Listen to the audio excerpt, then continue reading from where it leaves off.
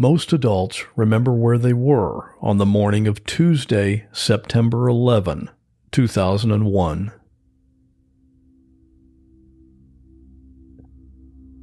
In New York City, there were some thunderstorms the night before, but that day, 9/11, had started out beautiful and sunny with clear skies.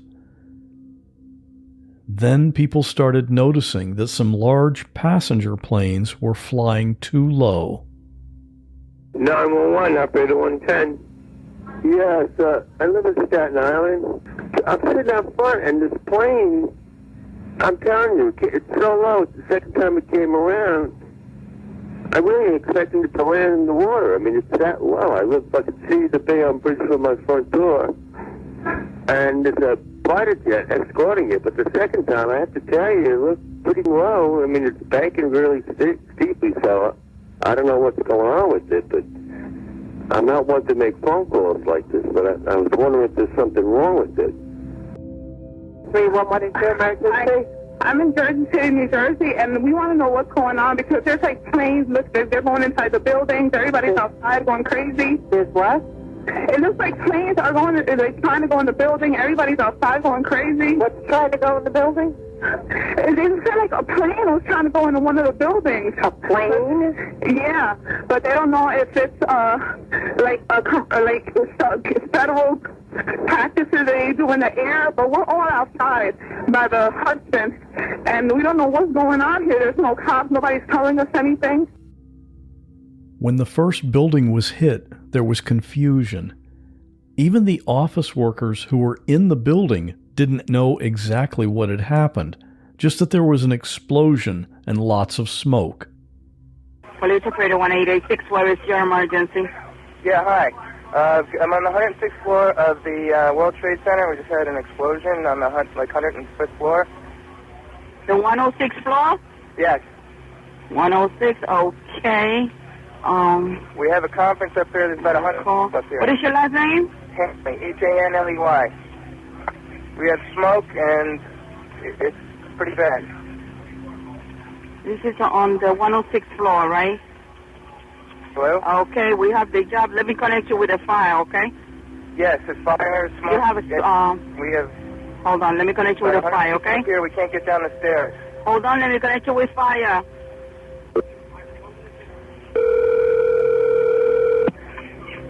Fire Department 408, where's the fire?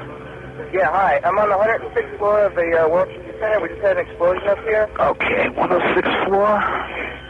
What building are you in, sir? 1 or 2? 1 World Trade. All right. 1? Yeah. Yeah, there's smoke, and we had about 100 people up here. Sit tight. Do not leave, okay? There's a fire or an explosion or something in the building. All right, I want you to stay where you are. Yes. All right, what's your phone number there? We're on the 106th floor. Yeah, what's your phone number? Sir, your phone number. All right, we're there. We're coming up to get you. See the smoke coming up from outside the windows down. All right, we're on the way. Huh? We're on the way, sir. Okay. All right, just keep some windows open. If you can open up windows and just sit tight. It's going to be a while because there's a fire going on downstairs. Open the windows unless we break. Okay. Just sit tight. All right, just sit tight. We're on the way. All right, please hurry.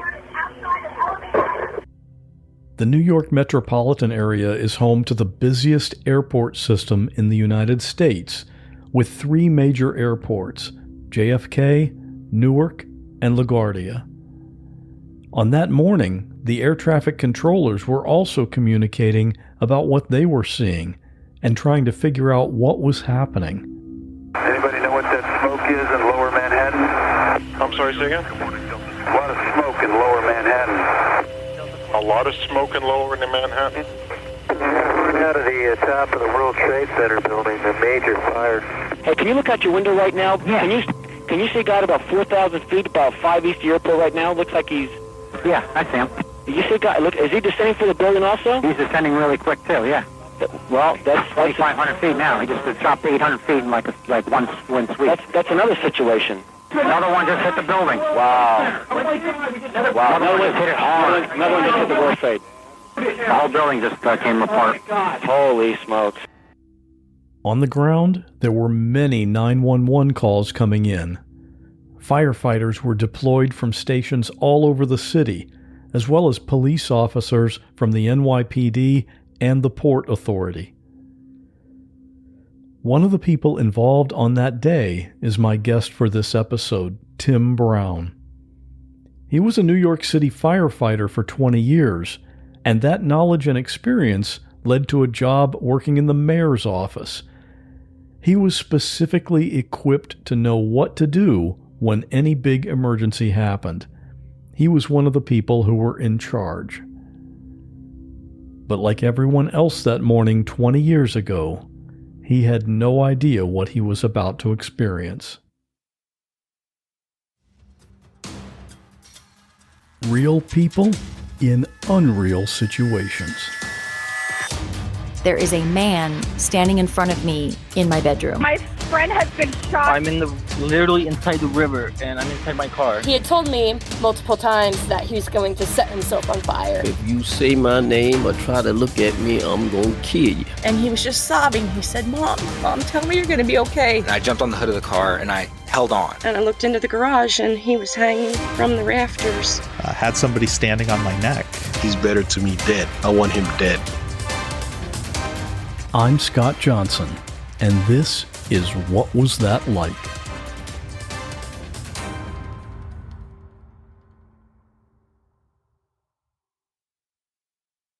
How many friends did you lose on 9/11? Somewhere around 100 men I knew who I had worked with in my career. Some I was very close with. Some were more like acquaintances, but somewhere around 100. Because I worked in the Special Operations Command of the New York City Fire Department. About 1/3 of the firefighters murdered on September 11th were from our Special Operations Command. So about 100 firefighters were from Special Operations. The Special Operations Command took a very big hit.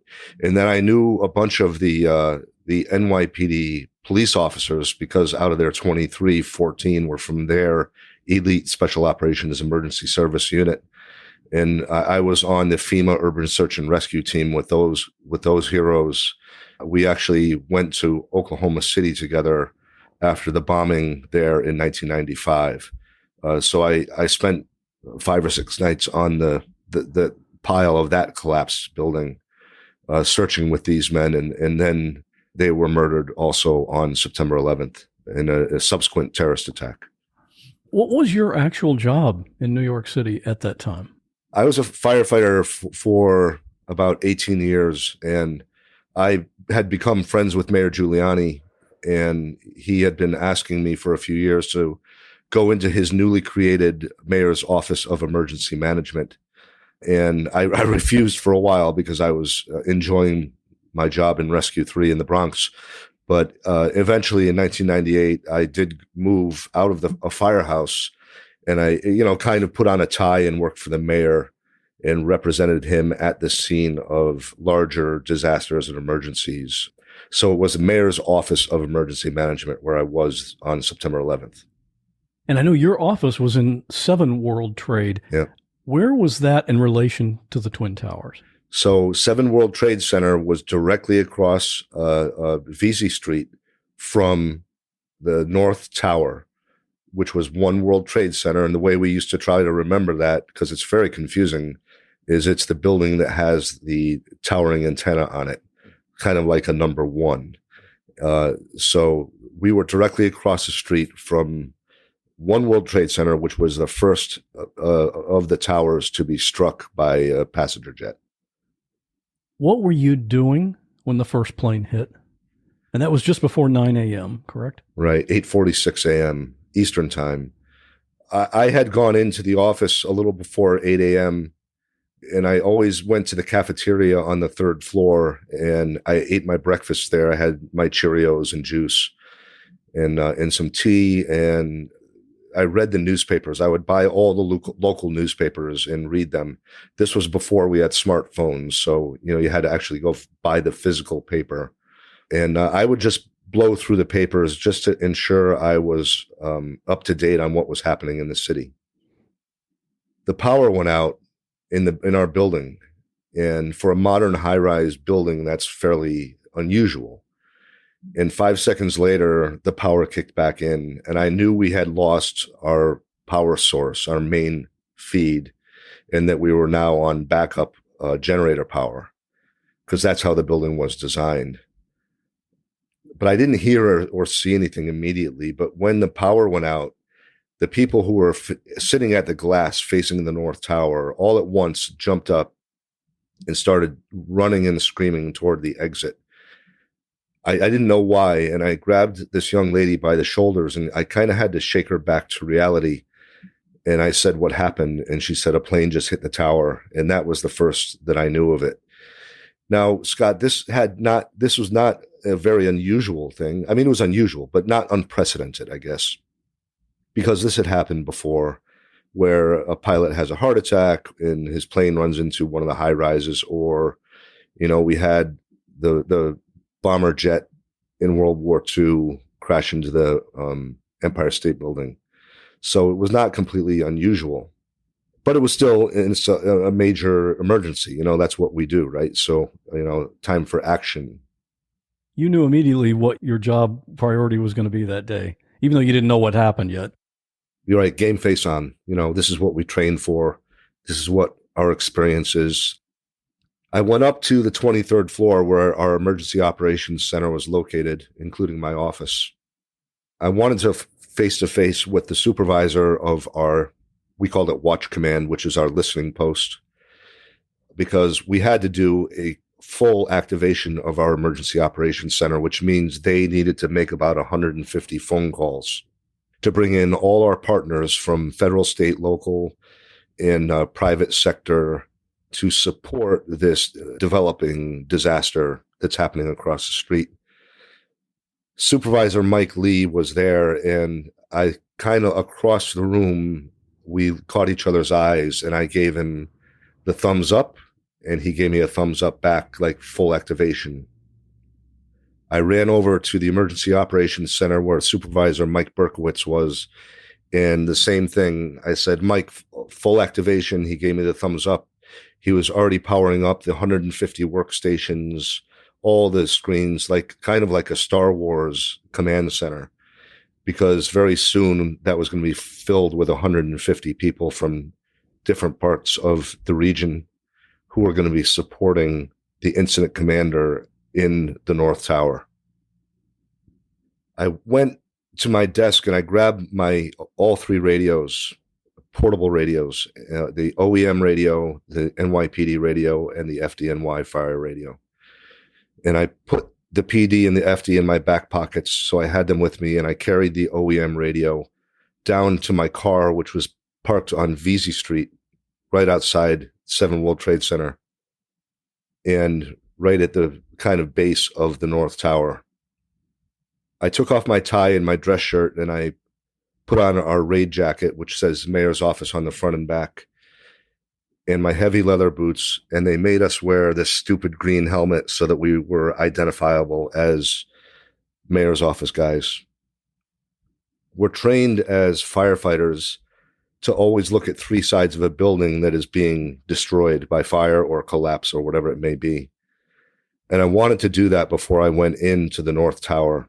What's the purpose of looking at 3 sides from a firefighting standpoint? It's to get a size up in your head the best you can, like the situational awareness.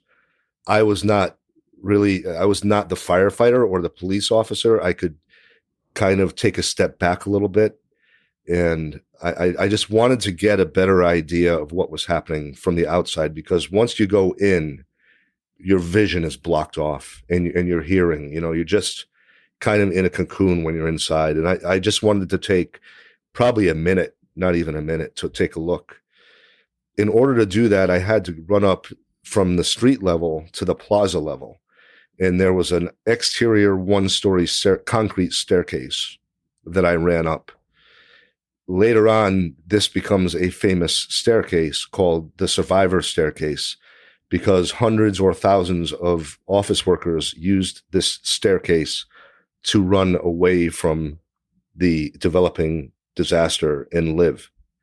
That staircase is in the 9/11 museum, titled the Survivor Staircase. But I ran up this staircase, as the firefighters and police officers did all day long. And I looked out over the plaza in between the World Trade Center complex, and it was littered with debris that was on fire, black smoke, fire, parts of the building, plane parts. And if you remember in the video, all the papers from the offices that are floating and fluttering down, that's exactly what it looked like. It looked like Armageddon. And at this point, I started to realize that this is maybe a little bit bigger than a small Cessna. I went into the North Tower at that level, at the plaza level. And I had to go down one level inside the building to get to the command station. And there was an escalator, and there were hundreds of office workers, like a funnel, trying to get on this escalator to go down and to go down again, to go underground and escape. That's the way that the security guys and gals and the police officers were directing them to evacuate. And I noticed in this moment, what we always hear about is people pushing and screaming and climbing over each other and trampling each other in these types of situations, causing more injuries and death. But on this day, what I saw with my own eyes was the opposite. It was people helping each other. Regular office workers, not cops, not firemen. If someone was pregnant, obese, injured, or disabled, there were 4 or 5 regular office people helping that person. And I remember in my head thinking, no matter what happens today, we're going to be okay, because that's the true human spirit that I'm witnessing right now. When someone trips and falls next to us, we all reach down to help them up and give them a helping hand. That is 99.9% of humanity. And I was witnessing it in front of my eyes in this situation. Not understanding what was to come, I still carried that confidence with me through the rest of the day. I got into that crowd and I went down the escalator. And as the lobby revealed itself to me, I could see hundreds of firefighters in their turnout gear with the yellow reflective stripes on their gear. And there were hundreds of them awaiting their orders to go up. And I completely understood in this moment why the cops teasingly called us bumblebees. Because when we all get together by the hundreds like that, it looks like a hive. And that's exactly what I was looking at, a hive of firefighters awaiting their orders to go up. I got to the bottom of the escalator, and right in front of me was a bumblebee. Firefighter Chris Blackwell from Rescue 3, where I had worked in the Bronx with him for 7 years.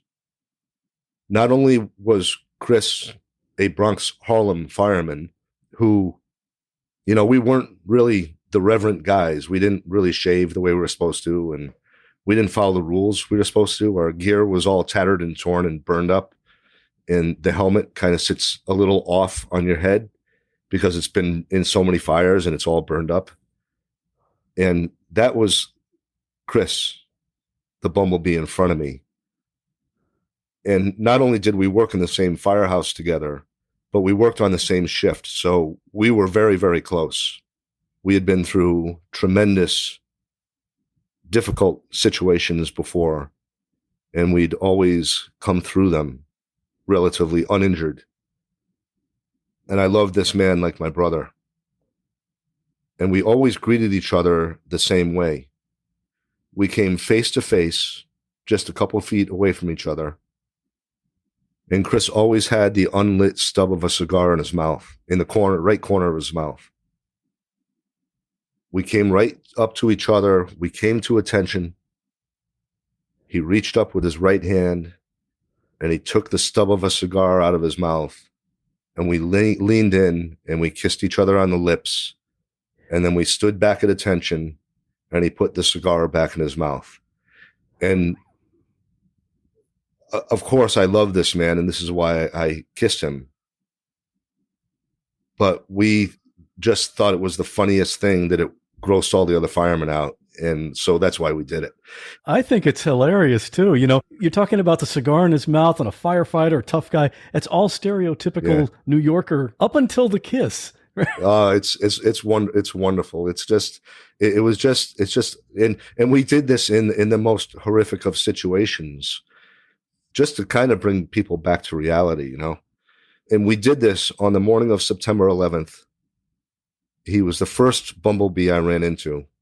And relating this story to his family later on gave them such relief and warmth that Chris knew how much he was loved. After Chris and I greeted each other, he said to me, "Timmy, this is really bad." And I said, "I know, Chris. Be careful. I love you." And he said, "I love you too." And he turned around and he went in the stairwell and he went up. And that's a really important part of the story, because he said those words to me, "Timmy, this is really bad." And for us to say that to each other after all these years in the Special Operations Command of the Bronx Harlem Fire Department, those words mean something. He knew it, Scott. He knew it.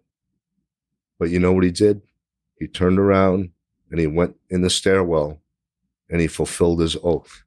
His oath was to help people he didn't know at the risk of his own life. And he knew that there was a pretty good chance that when he went in that stairwell, he would not come back down. But he still did it. Someone yelled my name across the bumblebees, across the lobby. And I looked over and I could see my best friend, Captain Terry Hatton, captain of Rescue 1, the Manhattan Special Operations Elite. He was my best friend, and he was put in that position because he was that good. He was the boss of Rescue 1. He was the future of the New York City Fire Department. And the big chiefs were grooming him so that one day he could be one of the big chiefs and run the New York City Fire Department. That's how much Terry Hatton was respected.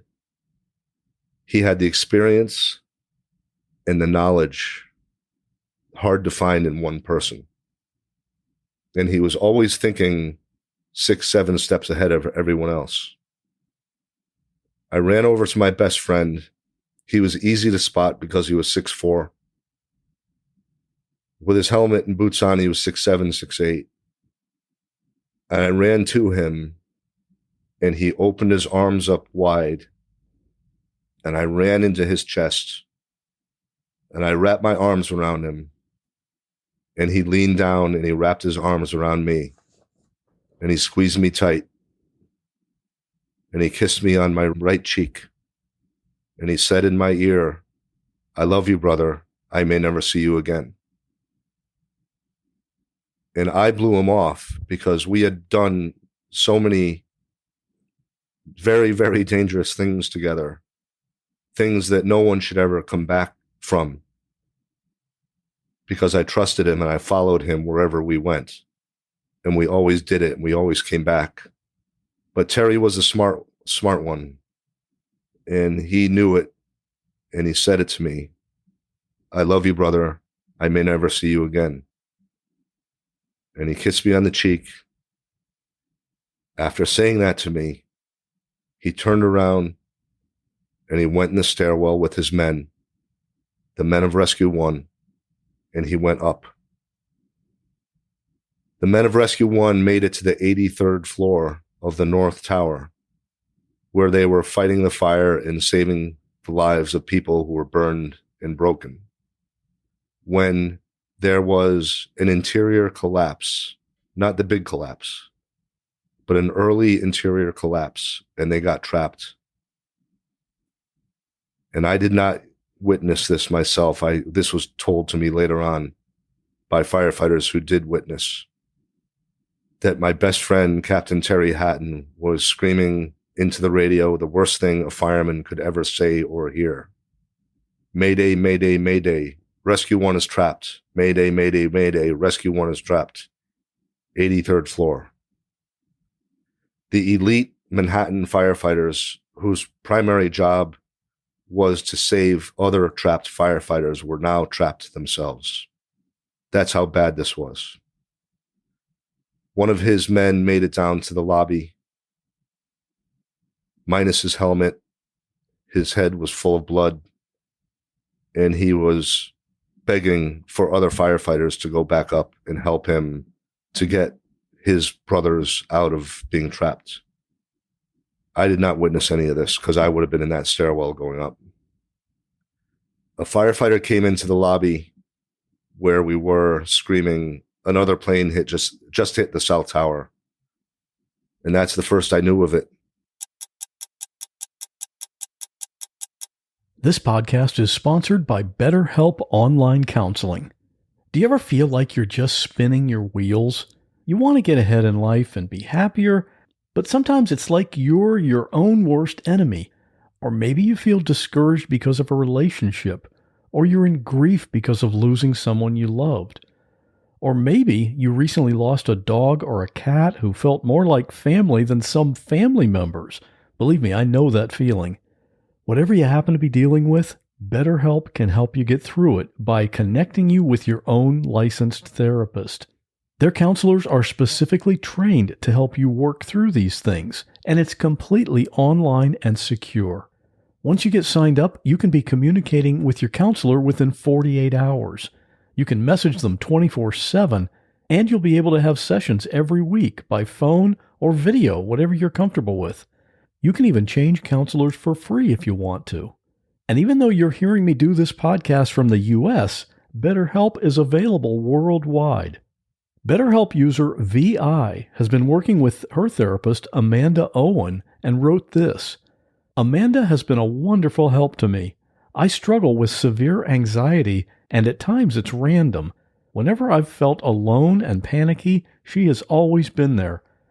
I appreciate how she has been available for messaging outside of video calls. Thank you for helping me cope. So BetterHelp is ready with whatever you need. And because you're listening to this podcast, you can get 10% off your first month by visiting betterhelp.com/whatwas. You'll be joining the over 2 million people who've taken charge of their mental health with the help of an experienced professional. Visit betterhelp.com/whatwas and get your first month at 10% off. And thanks to BetterHelp for sponsoring this podcast.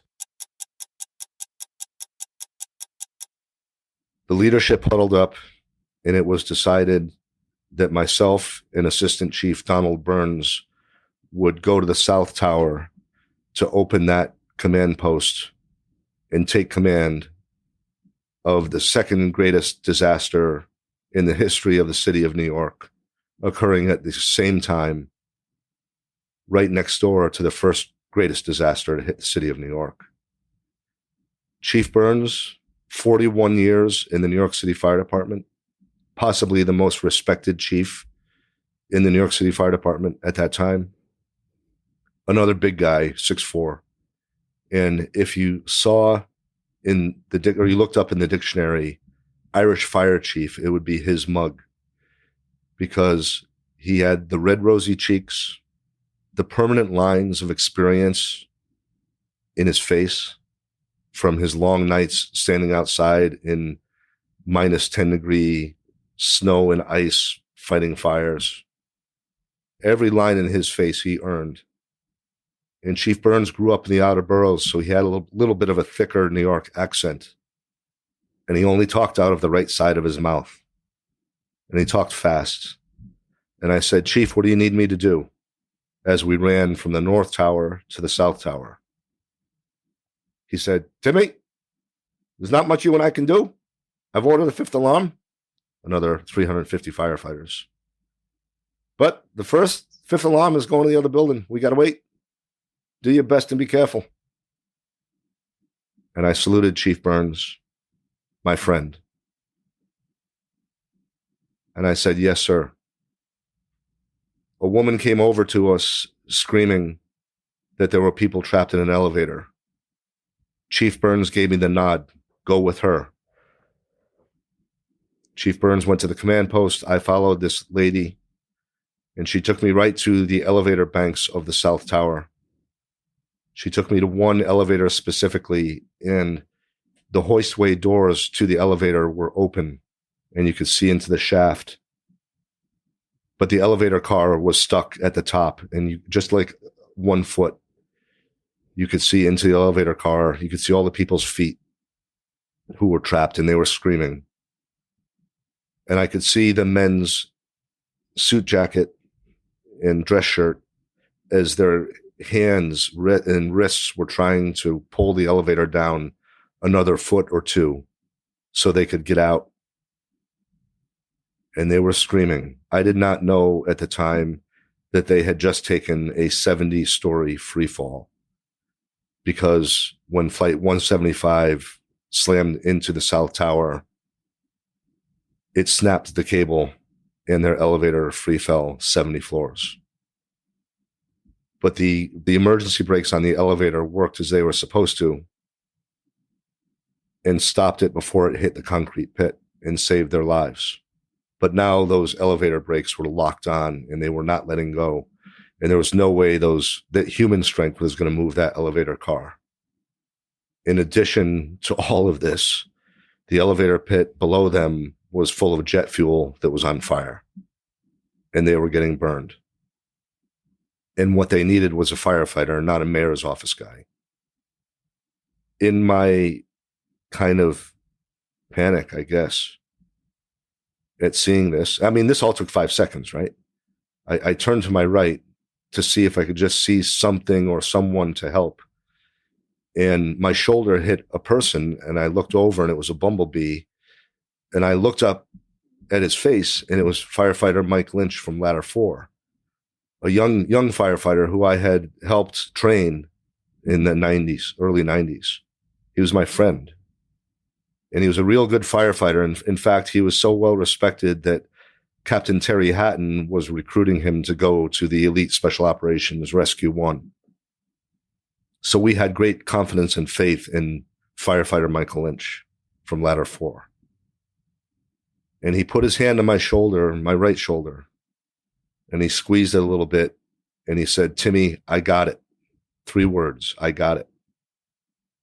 Between firefighters who knew each other and trained together and had experience together, 3 words that meant he had the training, the experience, the tools and equipment, because he was wearing his turnout gear. He had his hand tools, and he brought a whole fire truck, Ladder 4, full of tools with him, a rolling toolbox. He's what those people needed. Timmy, I got it. Over my OEM radio, an urgent message. Urgent, urgent, urgent. 3rd plane incoming. Confirmed by the FBI. It's ours. Impact imminent. Get in the stairwell. Take cover. Urgent, urgent, urgent. If planes keep crashing into us, we can't do our job and save people. I said to firefighter Mike Lynch, my friend Mike, I gotta go. You got this. I ran to the command post. I picked up a landline that I found that worked, and I dialed 0 for operator. And she picked up right away. And I said, "I'm with Mayor Giuliani in the World Trade Center. I need to talk to the White House immediately." She tried to get through to the White House. She couldn't get through. I said, "Then I need to talk to the Pentagon." And she said, "The Pentagon's under attack." And that's the first we knew of it. Our situational awareness was about 0. I talked to New York State Emergency Management Office, and they promised me that the fighter jets had already been scrambled and were coming to us as fast as they could to protect us overhead. And that's what I wanted. It was the first time in the history of the New York City Police Department, New York City Fire Department, Port Authority Police Department, an army of 50,000 or more, that we needed help from United States military. The lobby was filling up with people who were injured, and they were laying all over the lobby. and it was impeding our evacuation progress. Imagine if you're an injured person and you were on the 78th floor, you're burned or you're broken or bloody, and your only way out is to go down 70, 80 floors, around and around and around and around and around in a dark, smoky, wet stairwell. And then you get to a door that says lobby on it, and you push the door open, and it's light and dry, and you see cops and firemen, and you think, I made it. I'm safe. They're going to take care of me. And so these people, when they made it to the lobby, they had nothing left, and they collapsed all over the lobby. So Chief Burns ordered me to go find the paramedics and bring the paramedics in, because all the firefighters and police officers were going up. So that's why I left the South Tower. I went out on Liberty Street, and the first thing I saw burned into my visual memory forever, out of my left eye, was a dead firefighter in the street who had been crushed by a woman who fell or jumped from the upper floors and instantly killed him. It had just happened seconds before I went out, and his buddies were yanking at what was now two bodies that became one, trying to pull them out of danger, thinking they could save them, but it was too late. I heard someone yell my name, and I looked over, and it was firefighter Mike Lynch, who was at his truck, ladder 4, and he was getting what we call the jaws of life off. It's the spreaders we use in a car accident. Very powerful, and they're run by a hydraulic motor, and that motor is really heavy. So Michael was yelling to me to go help him take that motor off the truck. And so I started running toward him, but another firefighter got there first, and Mike waved to me, and I waved back to Mike, and it would be the last time I saw my friend. I broke off, and I ran to the paramedics. I found the paramedics, Captain Charlie Wells, my friend, and I said, we have to move triage into the north lobby. And he said, okay, and they got their stuff together. We put on our helmets, or they put on their helmets, and we loaded the stretcher up with all their, I call it doctor equipment.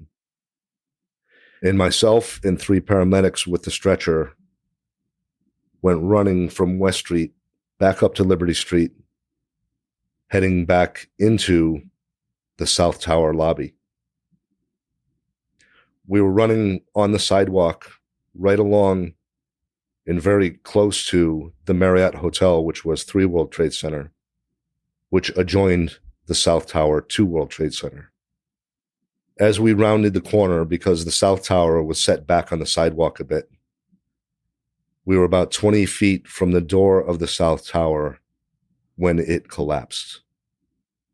We were still outside, so we could hear it. The first indication was a very loud crack, like lightning struck right next to you.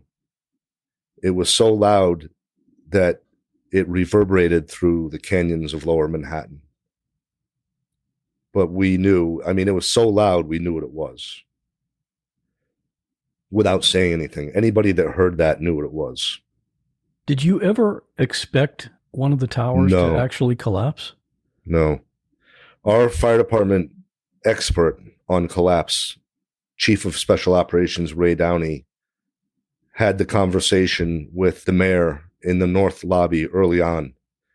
And his expert opinion, based on fact and experience, was that the fire would burn up and it would burn itself out. There was no way we could get enough water up there to physically put the fire out, but it would just burn up the rest of the building, and then eventually it would go out when it had no more fuel.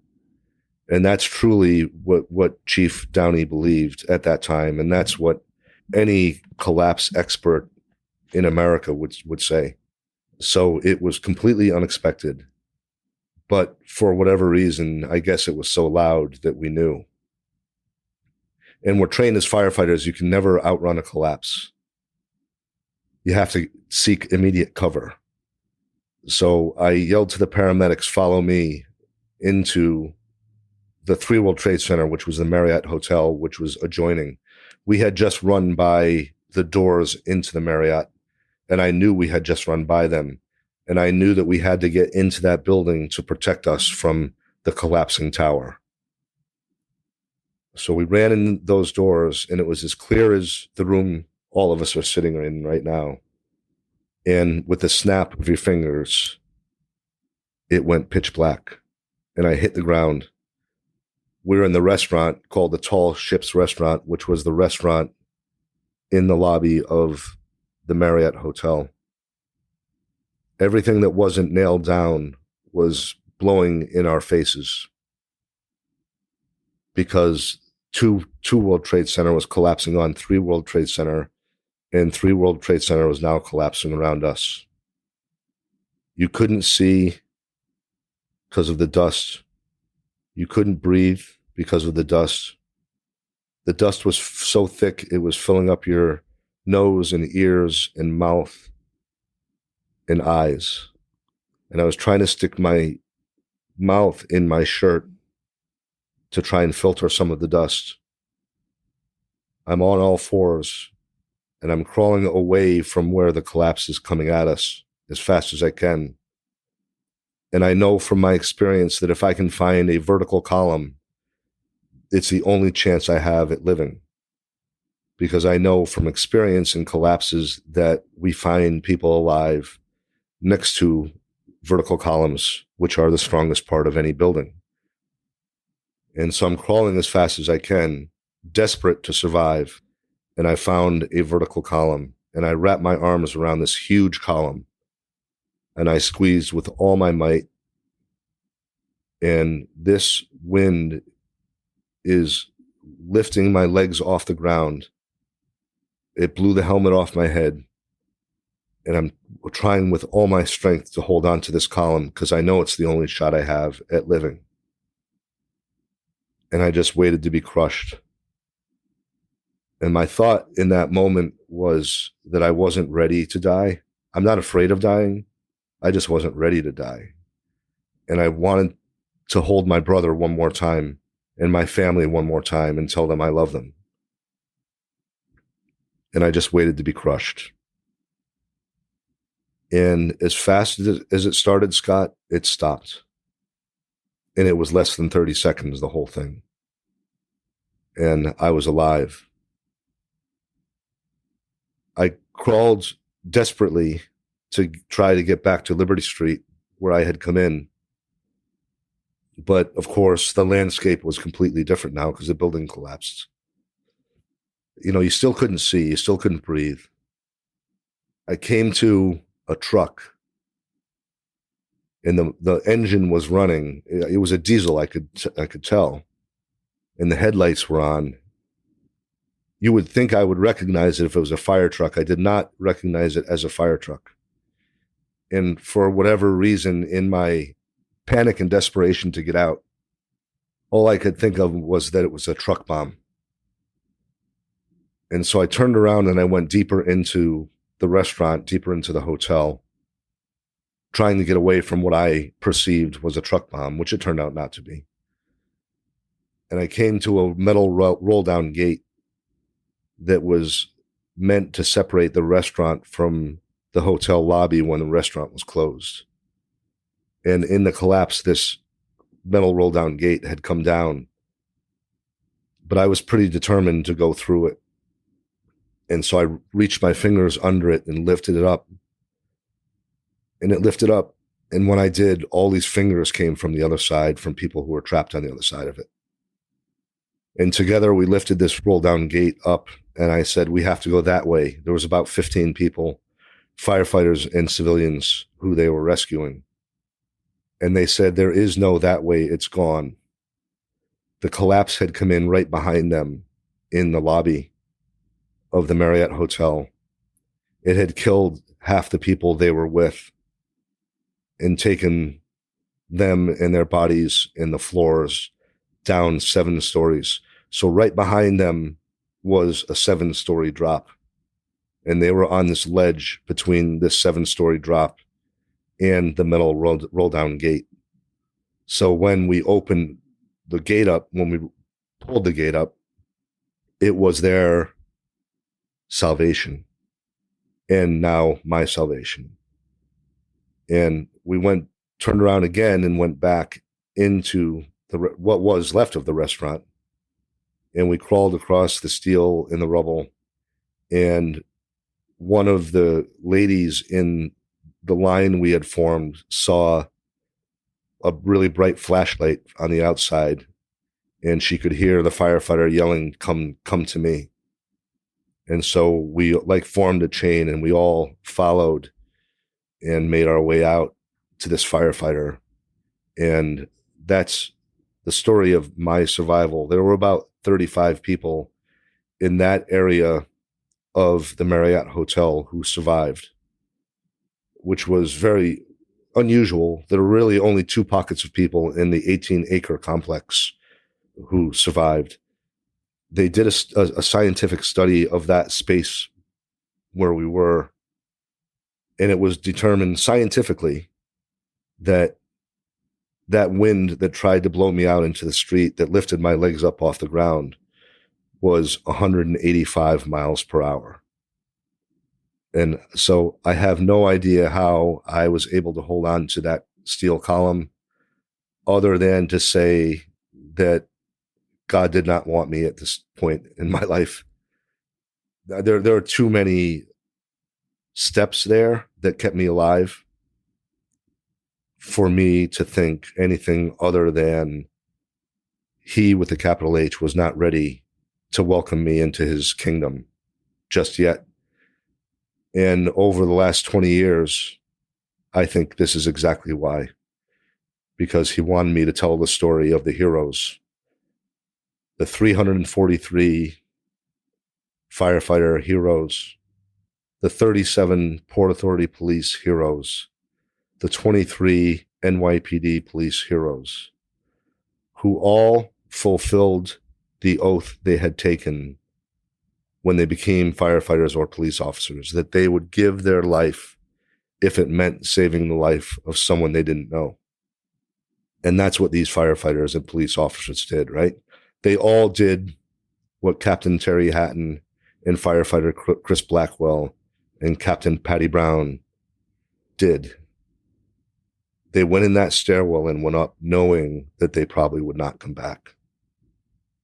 And I will, as long as I have a voice, Scott, I will always speak of them. I will speak their names. I will speak of their heroism. I will speak of the families they left behind and the children that missed them as they grew up. After this all happened, you went to visit the widow of firefighter Mike Lynch, who went to save these people in the elevator. How long after that did it happen? How long after 9/11 did you visit with her, and what happened there? Right. Yeah. I mean, it was a matter of days.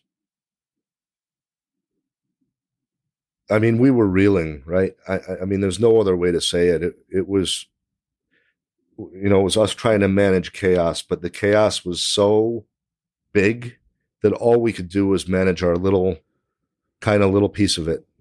And how do you eat an elephant? One bite at a time. And that's where we were at. We were so overwhelmed. But one thing caught my attention. There had been a rumor swirling around that Ladder 4 was not saving people's lives. Instead, they were looting the stores, if you can believe someone actually published this. And Ladder 4 was where firefighter Michael Lynch was assigned. And so when I heard that rumor and that it was getting into the media, I panicked a little bit and I said, Michael's widow, Denise, has to hear from me what her husband and Ladder 4 was doing on the day of September 11th, because I was with them. I witnessed it, and she has to know that this rumor is a lie. So I got in my new, because all our cars were destroyed, but I had a new like undercover police car thing. And I ran and I jumped at it, and I went lights and sirens out to Long Island to Michael's widow Denise's home. They came breaking down the door, pistol whipping us. And he said, "You're getting worse and you're never going to be any better." I said, "You're wrong. You're handling my money, and you have to check with me." I became quite bored being a man. I'm Leslie Gold. I've interviewed presidents, celebrities, and newsmakers of all kinds in my career, but none of them has compared to the people I speak to in A Life's Story. Season 1 features the stories of older folks who have gone through something incredible in their lives. All our stories are told by folks in their own voice. These are richly and meticulously produced stories you won't hear elsewhere. I hope you'll check us out. A Life's Story. ALIFESSTORY, 2 S's in the middle. Available on Apple Podcasts or wherever you get your podcasts. A Life's Story. And I went into her living room and sat on the couch with her. And I described the heroics of her husband in his last moments. In the way I described him in the lobby of the South Tower at that elevator where those poor people were trapped. When he said to me, "Timmy, I got it," he may as well have had angel's wings coming out of his back, because he was the angel sent by God to save the lives of those people. He just appeared out of nowhere at my side. When I said in my head, what these people need is a real firefighter, not a mayor's office guy, he just appeared like an angel out of nowhere. And I told Denise this story, and that he was working on saving those lives. Later on, we find out that he saved 3 women from that elevator before the South Tower collapsed. So we know his last act of heroism as the angel, firefighter Michael Lynch, was fulfilling his oath, saving the lives of people he didn't know.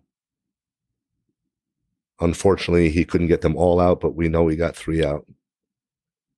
When I was saying goodbye to Denise and her 2 little boys who were under 2 years old, who were running around the living room, they're 2, they don't know what's going on.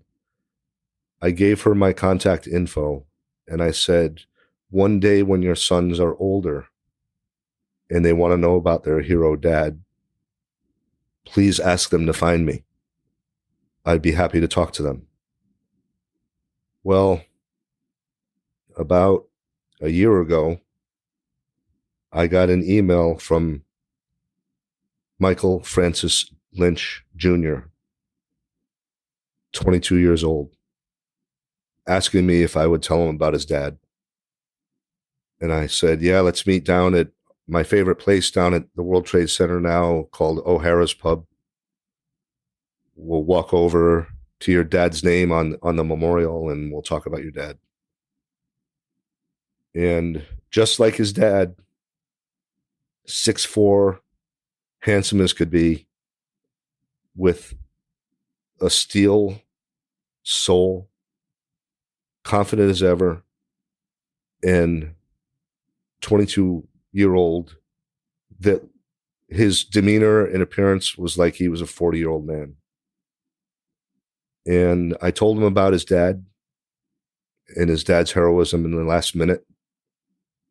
And young Michael had not had a good experience with father figures growing up. He was kind of the man of his house.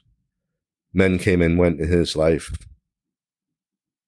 So I promised him in this moment that I was his forever, and that I would mentor him and help him and be his friend until my last breath. And so that's how it's been. He's an incredible young man. His dad would be extremely proud. And again, maybe this is why, God spared me that day too. I asked Michael, he already earned his bachelor's degree. This is how good this young man is. But now he wanted to go into the military and be an Army Ranger. And I said, that's awesome, man. That's a great goal. And I understand your passion that you don't want other young kids like you to have to grow up the way you grew up because we were attacked on American soil. I said, but don't sign anything, please. Not right away. Come meet some of my friends, because I had made a lot of friends over the last 20 years in the military and in the intelligence community. I said, I have some very cool friends. And so for about a year, a little less than a year, 8 months probably, we kind of took a tour of the East Coast military facilities together. Every person I introduced to Michael took him under their wing and gave them their cell phone number and their email and said, I want to help you. Michael now has this whole community from people in the FBI and the CIA and other intelligence agencies and the special forces and the Rangers and the SEALs. He has some very cool friends. He has their phone numbers that he can reach out to if he has questions. And after all of this, and after his his master's in education, I said, so what do you want to do now? And he said, well, I want to be a SEAL. And I said, that's kind of where I thought you would wind up. So he is working very hard with some former SEALs right now, because especially now, it's going to be very, very difficult for him to get through it, to earn his trident, for many reasons, let's just say. So I will be there with him through thick and thin. We all will be.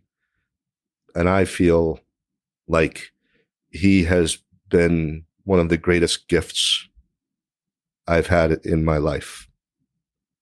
And I'm so proud of him. His dad would be so proud of him. And I love that our community has adopted him, as we have with many of the young people. The young people, without me knowing, I found out later on, but they gave me the nickname the Shepherd. If they need help, any of these young people, they know they can call me, and I can give them the best of advice that maybe their dad would have given them. As proud as you are of Mike Jr., I'm sure his dad would be just as grateful to you for stepping in and taking that role and giving him some direction. Your empathy and compassion is just breathtaking. Yeah, thank you. That's my mom.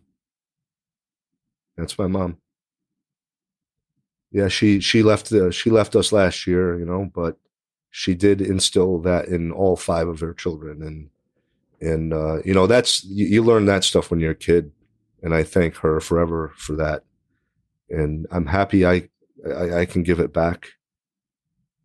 Most people going back to the escalator scene, when people were helping each other, that is human empathy and compassion. And I think we all have it in us. It takes some extreme conditions sometimes for it to come out, but we all have that in us. I think it's beautiful. We're at the 20th anniversary now of 9/11. Are there any events going on to commemorate or to honor that, the people that lost their lives on that day? Yes, there are many events going on throughout the country. This specifically in New York, the 9/11 Memorial and Museum will be, as they do every year except last year, they'll be reading the names of the 2,977, plus the others killed in 1993 bombing. They'll be reading those names on the plaza. That is a families-only event. The museum will be open again to the families only on the day of September 11th. But around the day of September 11th, the memorial and museum will be open to the public. The memorial and museum will also be doing the 2 Towers of Light, I believe on the night of the 10th and the night of the 11th, which if you have not seen that, it's pretty spectacular.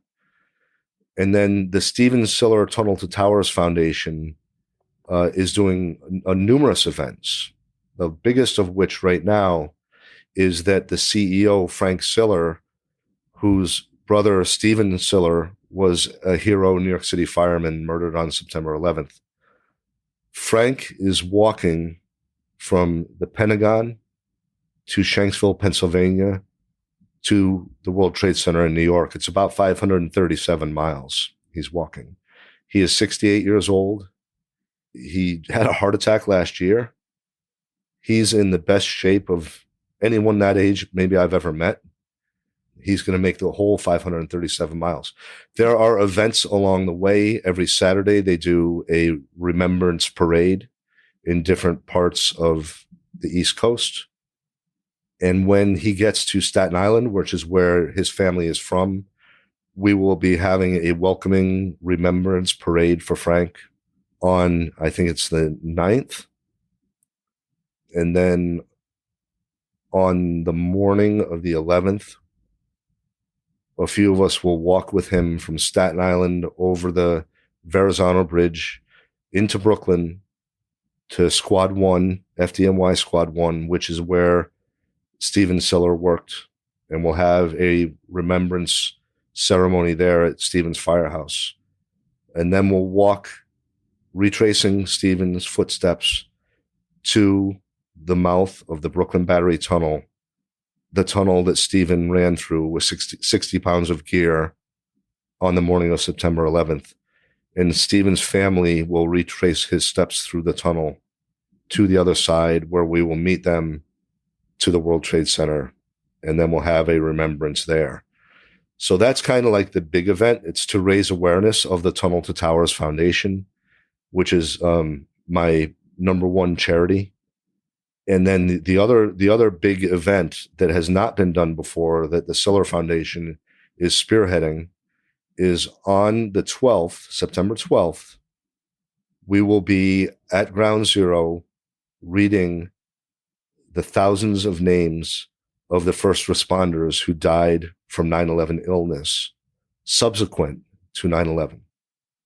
So that's never been done before. We're going to do that on the 12th. And then later on in November, we're going to read the names at the Lincoln Memorial in Washington, D.C. We're going to read the names of the 7,000 plus volunteer military heroes who lost their lives in the global war on terror. That's also never been done before, but we're going to start that tradition now. And every year we will read the names of those heroes who volunteered for the U.S. military, for us, for our community. A lot of them were wearing patches sewn onto their uniforms of the NYPD or the Port Authority Police or the New York City Fire Department when they took their last breath. They did that for America, but specifically, they served justice for our community. And starting this year, we will never forget, and we will say every one of their names at the Lincoln Memorial, and we will say thank you to their families.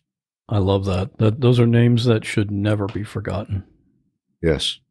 One last question. You've told this story many times. I know you've done TED Talks.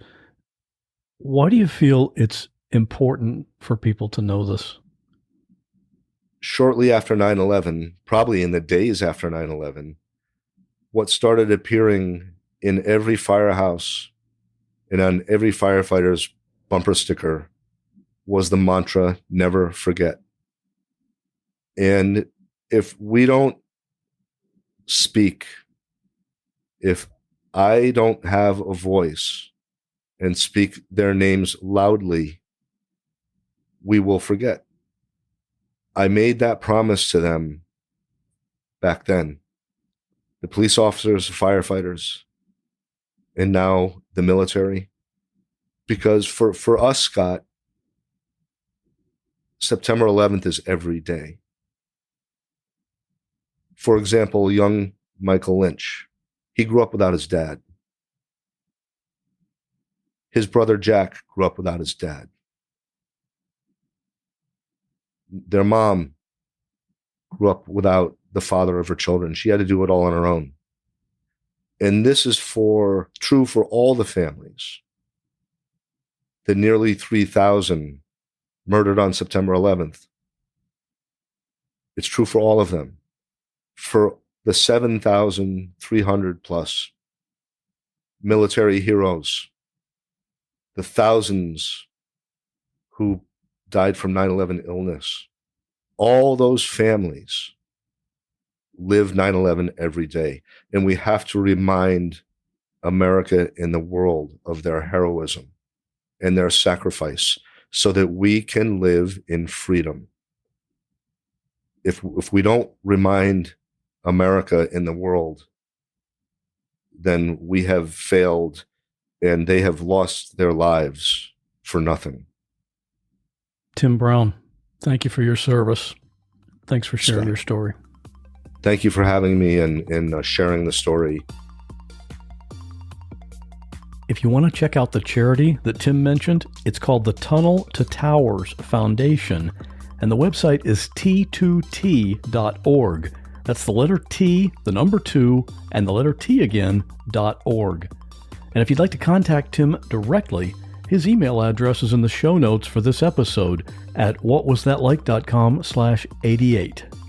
And by way of announcement, if you're in the Facebook group, you've probably heard discussion about an upcoming special bonus episode about childbirth. This is where we hear from a bunch of different women about their childbirth experience, what went right and what went wrong. Well, the announcement is that this bonus episode now has a date. It'll be published on Friday, October 15, 2021. That's in between the regular episodes. So if you're already subscribed to What Was That Like?, that bonus episode will show up automatically wherever you listen to podcasts. Another good reason to subscribe, because that way you never miss a show. Now, there's something I want to mention here before we get to this week's listener story, and it's this. I never want what you hear on this podcast to be boring or predictable. And I see those as two different things. For the never be boring part, I try to take care of that in advance by being very picky about the stories I talk about on the podcast. Believe me, for every story you actually hear, there are like 50 that I had to reject. And there are lots of reasons for that, but that's just how it is. The way I look at it, one of my jobs as the host here is to protect you, my listener, from being bored. And just between you and me, out of all my listeners, you're my favorite. But the other thing is, I don't want it to be predictable. You know how when you're watching an action movie and the hero character gets captured by the bad guy and it looks like there's no way out for him? Well, even though it looks like it's the end of the road for the hero, you know in the back of your mind, and having watched 100 movies like this before, that there's no way the main character is actually going to be killed. You just know something's going to happen. Someone you thought was already dead turns out to be alive and saves his or her life, or the bad guy slips and falls into the alligator pond, or something. But the end result is that the good guy wins and everyone's happy, including the production company, because that means they make more money when they make the crappy sequel. Well, that's not how it always goes here on this podcast. Really, the only thing you can predict accurately is that the guest for the episode made it out alive, obviously, since I'm talking to that person. But other than that, things might turn out good, or they might turn out not so good. What we're talking about here is real life, true stories.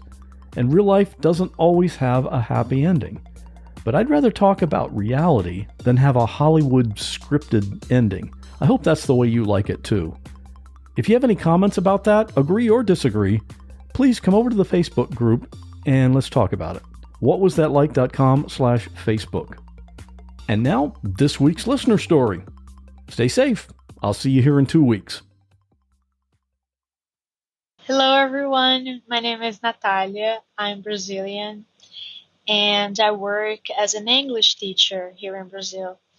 The story I'm going to tell you happened a couple of years ago when I was starting out in a new job, an English course.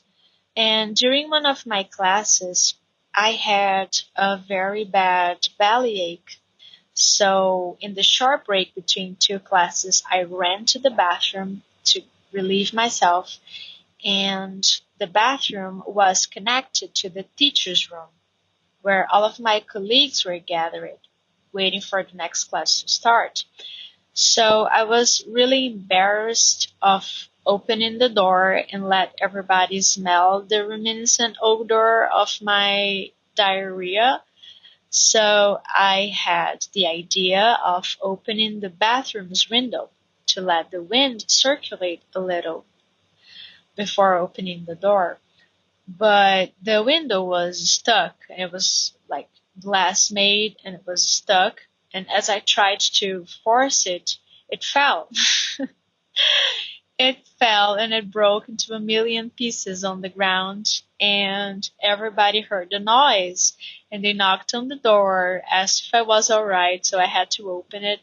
And, well, they not only could smell it, but they could also see that I was trying to get rid of the smell by breaking the window. So it was really, really humiliating. But I didn't get fired.